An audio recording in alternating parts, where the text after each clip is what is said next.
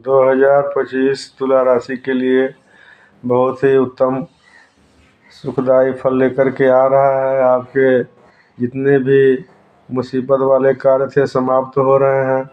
आप जो है रोग से छुटकारा पा रहे हैं। जो आपके अन्य प्रकार की रुकावटें थी वह सब दूर हो रही हैं। आर्थिक तंगी से भी आप निजात पा रहे हैं। इस प्रकार से तुला राशि के जातकों के लिए बहुत ही उत्तम फल 2025 में बन रहा है। तुला राशि के जातकों के लिए देखा जाए तो सबसे पहले देवगुरु बृहस्पति जो आपके अष्टम भाव में थे। अष्टम भाव में बृहस्पति अच्छे फल नहीं देते हैं।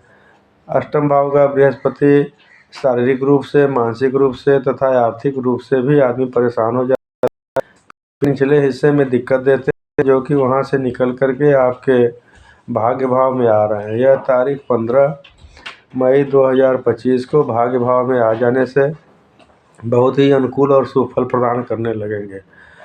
बृहस्पति भाग्य भाव में आकर के 5वीं दृष्टि से आपके लग्न को देखेंगे, जहां सबसे पहले आपका स्वास्थ्य उत्तम होगा, आपके सोच में परिवर्तन होगा, मानसिक प्रसन्नता प्रदान करेंगे। वहीं पर बृहस्पति की दृष्टि पंचम भाव पर रहेगी। पंचम भाव जो आपका विद्या का होता है, संतान का होता है, एजुकेशन का होता है और ऊंची डिग्री का भी होता है।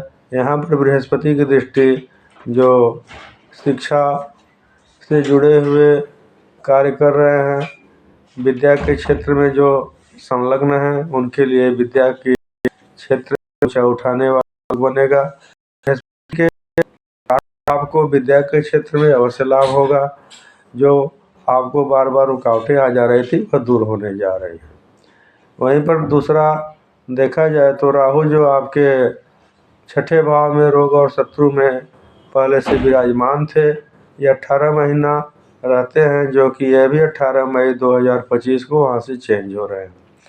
तो जब राहु छठे भाव से हट जाएंगे तो आपके लिए सबसे पहले जो आपका पाचन तंत्र प्रभावित हो रहा था, पाचन क्रिया में आपको बार बार गड़बड़ी आ रही थी, पेट से दिक्कतें हो रही थी और इस प्रकार की यह दिक्कत देते हैं जैसे कि बिना सिर पैर की दिक्कत हो, उलझन पैदा करने वाली हो, टेस्ट में कुछ न आए, कितनों जांच करा लो उसमें क्लियर नहीं आता है, फिर भी दिक्कत बनी रहती है। इस प्रकार के राहु दिक्कत देते हैं जो तुला राशि पर बना हुआ था।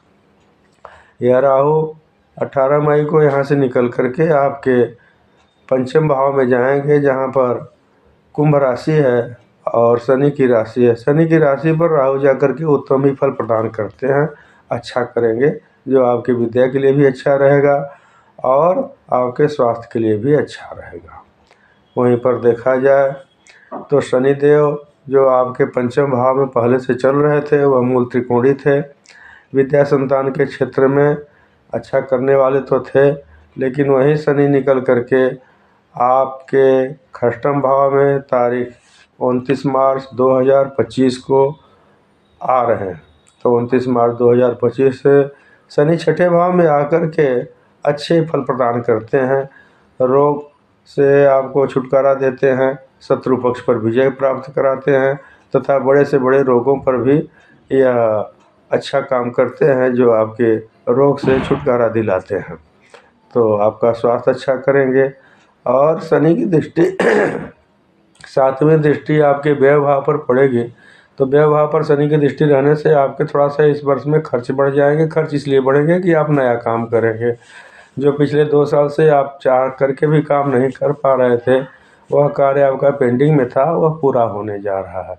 तो इस प्रकार से शनिदेव आपके लिए अच्छा फल प्रदान कर रहे हैं। और शनिदेव की तीसरी दृष्टि जो अष्टम भाव पर रहेगी, अष्टम भाव पर मई तक जो बृहस्पति है वहाँ पर दृष्टि रहने से तो आपको कोई दिक्कत नहीं है। और 15 मई के जो बृहस्पति वहाँ से निकलेंगे तो शनि की दृष्टि वहाँ पर न रह करके सप्तम भाव पर हो जाएगी। सप्तम भाव जो है, पंचम भाव में शनि आकर के सप्तम भाव को अपनी नीच दृष्टि से देखेगा। तो सप्तम भाव आपके दाम्पत्य सुख का होता है, पत्नी का स्थान होता है, पति का स्थान होता है। तो जिसके भी तुला राशि में शनि की दृष्टि सप्तम भाव पर वह दाम्पत्य क्षेत्र में वह कुछ दिक्कत पैदा कर सकते हैं और दाम्पत्य क्षेत्र में थोड़ा सा मनमुटाव कह लीजिए या दूरी कह लीजिए या बना सकते हैं, या तो किसी का स्वास्थ्य प्रभावित कर सकते हैं। इस प्रकार से शनि थोड़ा सा प्रभावित कर सकते हैं। इसके लिए शनि की शांति तथा हनुमान जी की आराधना करना सबसे अच्छा रहेगा। उसके बाद अगर देखा जाए तो केतु जो आपके छठे भाव में चल रहे थे, व्यय भाव में, यह भी अनावश्यक खर्च कराने वाले ग्रह थे और यह भी वहाँ से निकल करके मई के महीने में आ जाएंगे लाभ भाव में। लाभ भाव में केतु का आना जो है आपको अनावश्यक खर्च से तो छुटकारा मिलेगा ही, और अचानक धन के लाभ के अवसर मिलेंगे जो लाभान्वित होंगे। और लाभ के ही अनेक अवसर अचानक ही देते हैं। जो आप चाहते हैं, जिसके लिए प्रयास करते हैं, वह चीज़ नहीं मिल पाती, बल्कि उससे अच्छी चीज़ कम प्रयास में आपको मिल जाती है। यह सबसे अच्छा है। तो इस प्रकार से कुल मिलाकर के देखा जाए तो तुला राशि के लिए यह जो स्थिति बनी हुई है 2025 की, मार्च और मई के महीने से बहुत अच्छा बदलाव आ रहा है, जो आपके लिए बहुत ही अच्छा फल लेकर के आ रहा है। बहुत बहुत धन्यवाद।